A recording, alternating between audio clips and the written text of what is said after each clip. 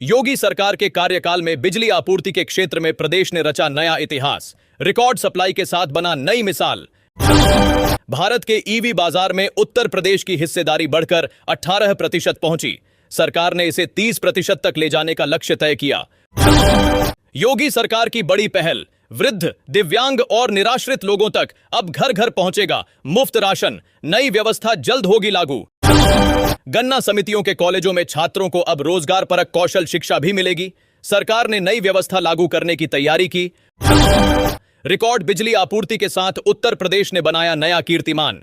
योगी सरकार की बड़ी उपलब्धि चर्चा में। उत्तर प्रदेश में स्वास्थ्य सेवाओं का होगा विस्तार। 23 नई आयुष मोबाइल मेडिकल यूनिट शुरू होंगी। दूर दराज के इलाकों तक पहुंचेगी बेहतर चिकित्सा सुविधा। साइबर ठगी के पीड़ितों के लिए बड़ी राहत। अब बिना एफआईआर और अदालत के चक्कर लगाए 500 रुपए तक की राशि वापस मिल सकेगी। उत्तर प्रदेश में औद्योगिक विकास को मिलेगा बड़ा बढ़ावा। 16 नए इंडस्ट्रियल हब बनेंगे। युवाओं के लिए रोजगार के खुलेंगे नए अवसर। स्वास्थ्य विभाग ने तैयारियां पूरी की। 10 अगस्त को उत्तर प्रदेश के 9 करोड़ बच्चों को खिलाई जाएगी कृमिनाशक दवा। मुरादाबाद से बरेली तक सफर होगा और आसान। 122 किलोमीटर लंबे हाईवे को 6 लेन में किया जाएगा विकसित। आयुष्मान योजना में फर्जीवाड़े पर बड़ी कार्रवाई। बिजनौर के 16 अस्पतालों पर प्रशासन ने कसा शिकंजा। पूरे प्रदेश में कल से शुरू होगा घर घर सर्वे अभियान। स्कूल से बाहर बच्चों की पहचान करेगा शिक्षा विभाग।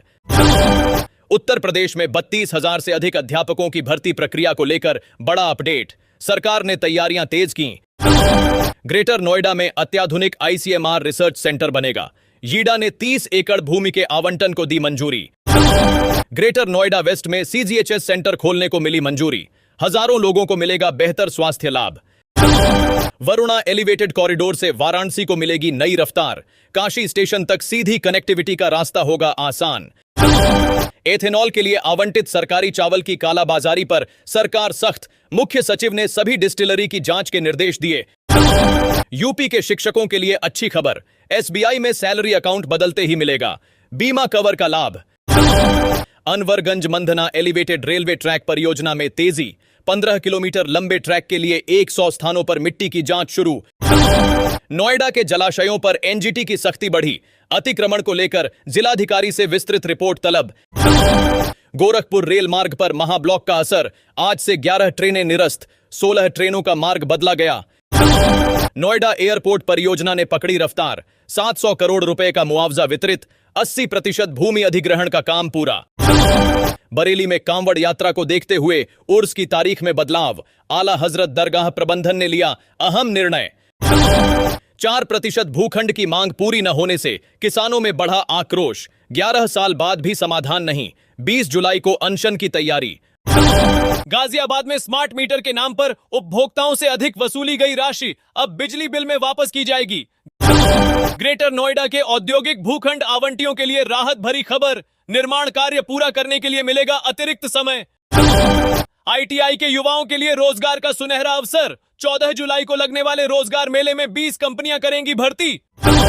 वाराणसी से यात्रियों को जल्द मिलेगी नई सुविधा। रेलवे बोर्ड ने 3 नई ट्रेनों को हरी झंडी दी। कानपुर में श्रम विभाग की नई पहल। अब घर बैठे मोबाइल के जरिए श्रमिक और ठेकेदार की बुकिंग होगी आसान।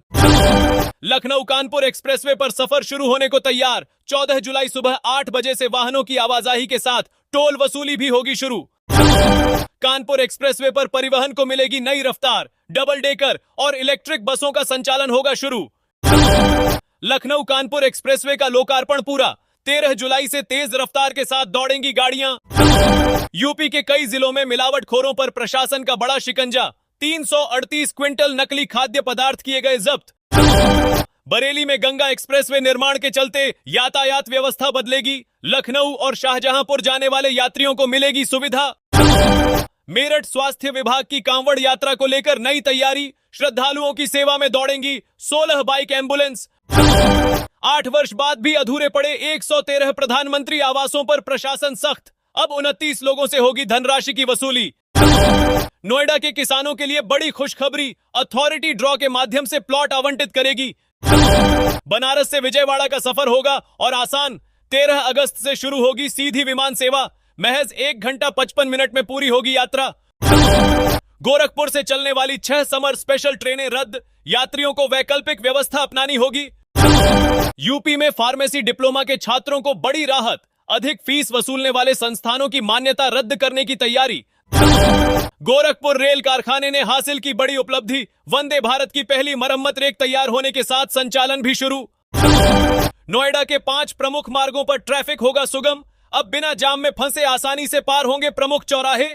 गोरखपुर से होकर गुजरने वाली 11 ट्रेनों को किया गया निरस्त, 16 ट्रेनों का मार्ग भी बदला गया। नोएडा में 9,000 से अधिक बकायेदार वाहनों पर परिवहन विभाग की कार्रवाई तय, नोटिस जारी। गाजियाबाद में बारिश के दौरान पेड़ गिरने से कई मार्ग बाधित, शहर की यातायात व्यवस्था पूरी तरह प्रभावित।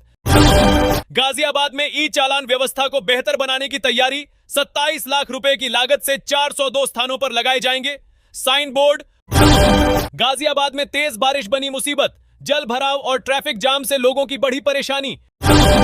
आगरा में मूसलाधार बारिश से जनजीवन प्रभावित, 24 घंटे में 98 मिलीमीटर वर्षा दर्ज होने से सड़कें जलमग्न। लखनऊ अग्निकांड के बाद गाजियाबाद में भवन सुरक्षा अभियान तेज, 500 से अधिक संस्थानों को नोटिस जारी। लखनऊ समेत 60 जिलों में मानसून ने दी दस्तक, आईएमडी ने भारी बारिश और वज्रपात को लेकर अलर्ट जारी किया। गाजियाबाद में जीडीए की बहुमंजिला इमारतों में अग्नि सुरक्षा व्यवस्था मजबूत होगी, फायर सिस्टम को किया जाएगा अपडेट। सावन को लेकर वाराणसी में सुरक्षा व्यवस्था और कड़ी, कांवड़ियों के वेश में संदिग्धों पर रहेगी विशेष निगरानी। हापुड़ में कांवड़ यात्रा को लेकर पुलिस और प्रशासन पूरी तरह अलर्ट, कई मार्गों पर रहेगा ट्रैफिक डायवर्जन। लालकुआं क्षेत्र में कांवड़ यात्रा के दौरान शाम 5 बजे से रात 10 बजे तक भारी वाहनों के प्रवेश पर रोक रहेगी। 4 दिन के अंतराल के बाद मानसून फिर सक्रिय, आगरा में 1 घंटे की बारिश से लोगों को उमस से राहत मिली। गोरखपुर में सावन के दौरान रेलवे सुरक्षा के लिए जीआरपी की विशेष रणनीति तैयार, ट्रेनों और स्टेशनों पर बढ़ेगी चौकसी। बनारस में मानसून ने जोरदार एंट्री की, मौसम विभाग ने ऑरेंज अलर्ट जारी कर लोगों को सतर्क रहने की सलाह दी। आषाढ़ अमावस्या के गंगा स्नान को देखते हुए 24 घंटे तक यातायात व्यवस्था में रहेगा बड़ा बदलाव। 37 गांवों में जमीन की खरीद फरोख्त पर फिलहाल रोक, भूमि अधिग्रहण से जुड़े मामलों में होगी नियमानुसार कार्रवाई।